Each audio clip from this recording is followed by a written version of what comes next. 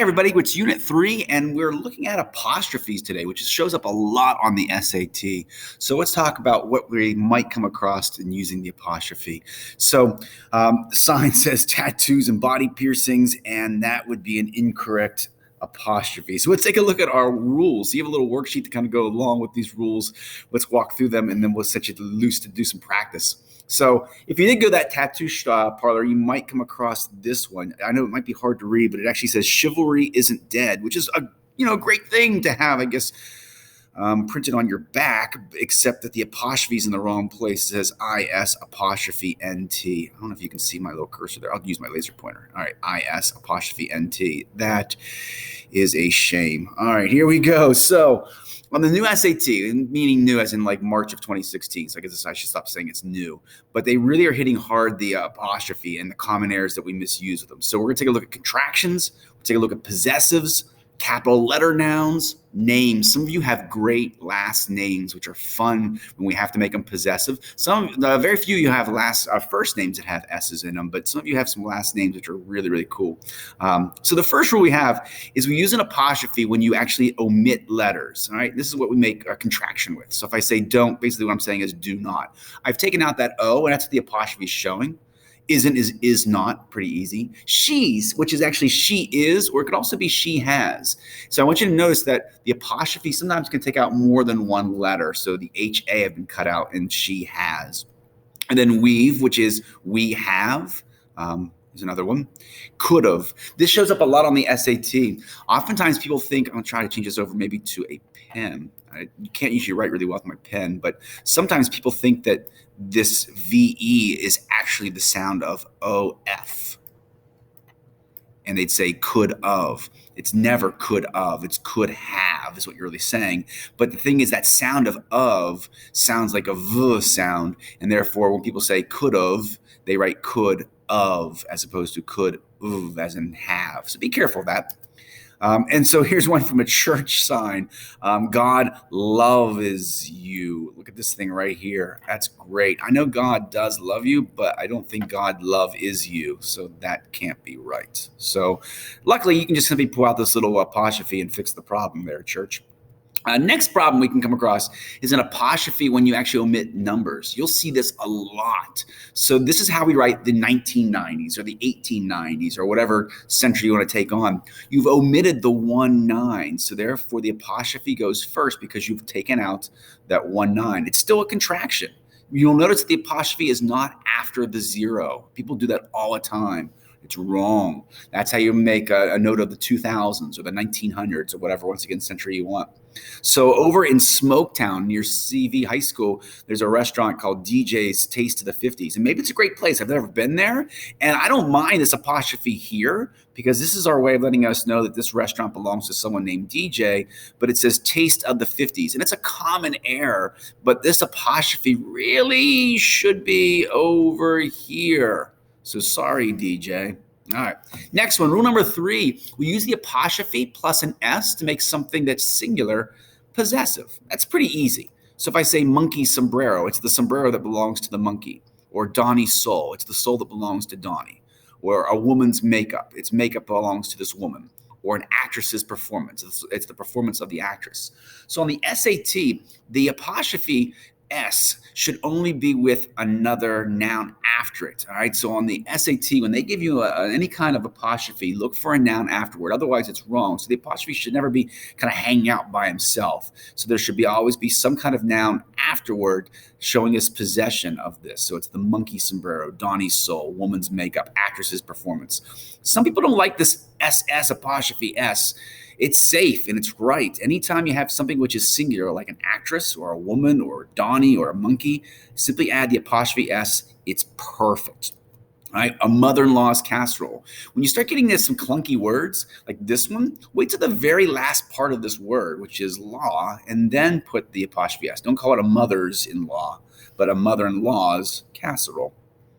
Now, there is a rule change. They used to have this weird rule in English, depending on what kind of sound of the S was. If it was a hard S, Like this is pronounced Sophocles, and it sounds like a Z sound, like you're going to sheets. Sophocles, as opposed to a soft S, like Jesus. And therefore, if it was a soft S or a hard S, it changed whether you were going to do the apostrophe S or just the apostrophe. We've gotten rid of that rule completely. So the new rule is if you have, regardless of how the word ends, put an apostrophe S with it. So if it's Sophocles' patience, you simply put an apostrophe S. If it's Jesus's forgiveness, you just simply put an apostrophe S. Doesn't matter if it's a soft or a hard S sound, still do the apostrophe S because that's the person's name, Sophocles and Jesus. Rule number 4, when we're making something plural possessive, this is where it gets a little bit tricky, right? So what we have to do is we have to take a noun. In order for make it plural possessive, we've got to take a noun, make it first plural, and then add the apostrophe. Let me show you what I mean. So I'm going to take boy, I'm going to make boy plural, boys, and then I'm going to make it possessive, boys clubhouse. This is a clubhouse that belongs to more than one boy. So I've made it plural first and then possessive. When I make it possessive, I just add the apostrophe. Another example, goat. Now there are goats, I made it plural, and it's the goat's pasture. It's a pasture that belongs to more than one goat. So therefore, I've made it plural, and then I've added the apostrophe to make it possessive. Now there is an exception.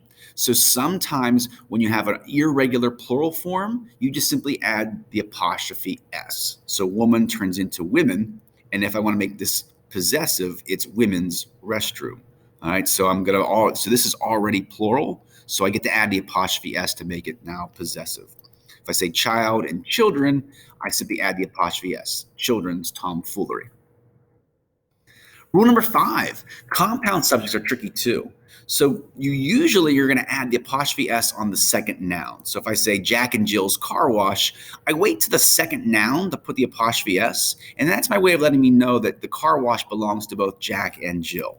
If it's mom and dad's house, once again, it's a house that belongs to both mom and dad. If my parents are still living together, and therefore they all have one single house. But that doesn't always seem to be the case. So if your parents have their own houses, or if your parents have their own individual jobs, you'd say moms and dads' jobs. Each person has his or her own job. Mom has a job, dad has a job. So think about it visually. Mom has a job, dad has a job. Those are two different jobs. That's why we write the word jobs, because mom has a job and dad has a job. So they each have their own jobs. So therefore we get to actually put the apostrophe S after each word. So back up to this other example. If your parents were divorced, and you'd say it's mom's and dad's houses. It can sound weird because you're like, oh, my dad only has one house, so why did I write houses? Well, you have to think mom has a house, number 1. Dad has a house, that's number 2. So therefore you have at least 2 houses you're dealing with. That's why it has to be plural when you kind of write something like this. All right, so be careful of that. Depends on what you mean. So if they had shared the same job, I guess then you'd get rid of that word jobs and make it job and get rid of this apostrophe S. All right, rule number 6. Very common one on the SAT, and it's so basic, but you'd be surprised on people who miss it. So IT apostrophe S is a contraction. It looks possessive, but it's actually a contraction. So be careful, because sometimes it looks possessive, but it's actually the contraction, and vice versa. So ITS without the apostrophe is possessive. So I'd say it's silly because of its simplicity. Yeah, this is like saying it's, as in it is silly because of its possessive simplicity. It's so basic, but once again, people sometimes forget that this is not a possession. This is a contraction. All right, look at this. Perfection has its price, which is like saying perfection has it is price. And maybe if you drink enough of this beer, that this sign makes a lot of sense. But for those of us who are sober right now, that makes no sense at all. Next one, every time you use an apostrophe to make a word plural, a puppy dies. That is false. Puppies do not die because of grammar. And it's also false because sometimes you do use an apostrophe to make something plural, but usually you don't. Let me show you what I mean. Rule number 7, when the words or even an acronym are spelled with all capitalized letters, no apostrophe is needed to make it plural. You just add like a little mini s. Let me show you what I mean. ABCs, all capitalized letters. And if you want to make it plural, like I know my ABCs, all capitalized letters, no apostrophe, a little s. If you have a collection of DVDs, same thing. If you're going to be interested in studying for the SATs, well, once again, if there's You're talking about the SATs as like a plural unit. Once again, no apostrophe. The 1990s, no apostrophe. This is our way of letting us know about the whole decade of the 1990s. Now, there is a rule breaker. If the meaning is unclear because you put this S there and you're like not sure exactly, the meaning all of a sudden becomes very vague, then we get to actually add the apostrophe to kind of make sure it's clear. Let me show you what I mean. Dot the I's. If we say, hey, don't forget to dot the I's. If I didn't put this apostrophe there, it would look like I said dot the is. And that's the reason why we put it there. It makes the word I plural, and that's one of the rare times you actually get to use the apostrophe to make it plural. If I said Mr. Marsh gives out A's like they are candy. Well, if I got rid of this apostrophe around the word A's, it looks like Mr. Marsh gives out as like they are candy. I'm like, no. So sometimes, regardless of whether it's lowercase or uppercase, sometimes you may have to add the apostrophe in order for it to be plural, but that's a very rare occasion. Very, very rare. So most of the time, you're not going to use an apostrophe to form a plural, but sometimes you will. And remember, grammar never can kill a puppy. All right. So, oh my goodness, look at this. One of the best mothers. Oh my goodness, why did you do that to her? May she rest in peace. This is like basically eternal punishment to anyone who loves grammar, to actually do that to them on their gravestone. How dare you? Number 8, names, my personal favorite rule. So we use an apostrophe to show possession, but only after you've made the last name plural. So the names ending in S usually are a little bit weird looking. Let me show you what I have. So it's Jeff and Danielle Marsh, all right? And so therefore, if I want to talk about our family, we are the Marshes.